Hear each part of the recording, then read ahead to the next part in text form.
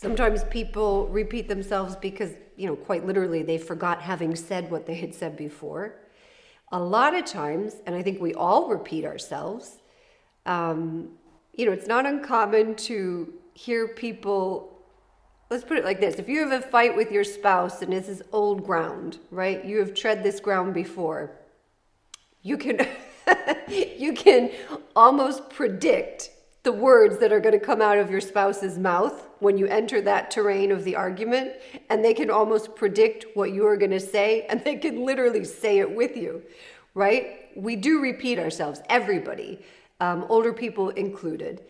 And I think that repetition,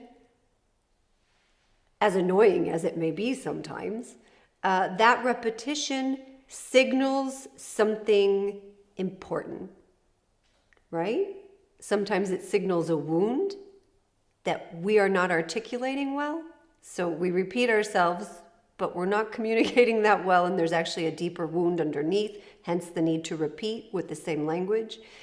Sometimes it signals, something very, very meaningful, I think. We repeat ourselves, I think, when something is very meaningful, but we haven't fully articulated or understood what the meaning is. That's one of the things that therapy gives us space for. That's one of the things that something like life review gives us space for. Space to go, okay, you've said that several times. Let's think about it more. You're saying that word a lot. What does that mean? I find you're coming back to this story. Obviously, it wants something more. And I think, the need to do that as we get older becomes more pressing because the time is running out to tell that story and to understand what it means. And we have a real need to do that as human beings, to figure out what did it mean,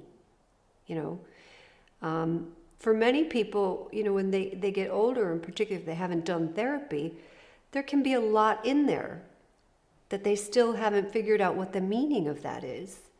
And there's a couple things that may come up towards the end that are very important. And I think, sometimes you will see people repeating themselves then. They're circling around it.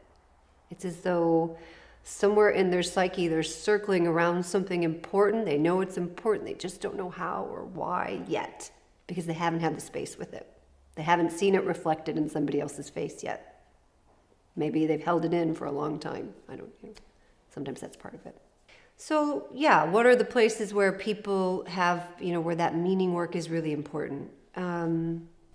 Major life transitions is a big one. I think a lot of people have to move very quickly through a life transition and maybe haven't fully come to terms with it, or maybe haven't fully been seen in what they had to do to get through that life transition, And when they start to talk it out, they realize, I did a really good job, or I did the best I could. And there is a need to really say that out loud and have somebody say that back and affirm that. I think that's a big one.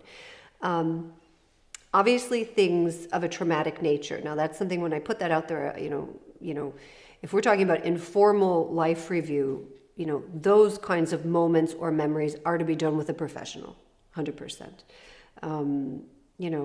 So that's really important, and particularly if there's a lot of them, And there are people for whom we wouldn't recommend life review, But other things might be like places of disappointment, triumphs, big triumphs that we want to kind of really savor. We talk about savoring, the need to go back over and really kind of enjoy it and take what was wonderful about it and do that in some type of relationship. Other places where people, unfinished business, that's probably a big one. We'll talk more about that because that's its own topic. Unfinished business is its own topic. The unlived life is its own topic, more than we could probably cover here in this moment.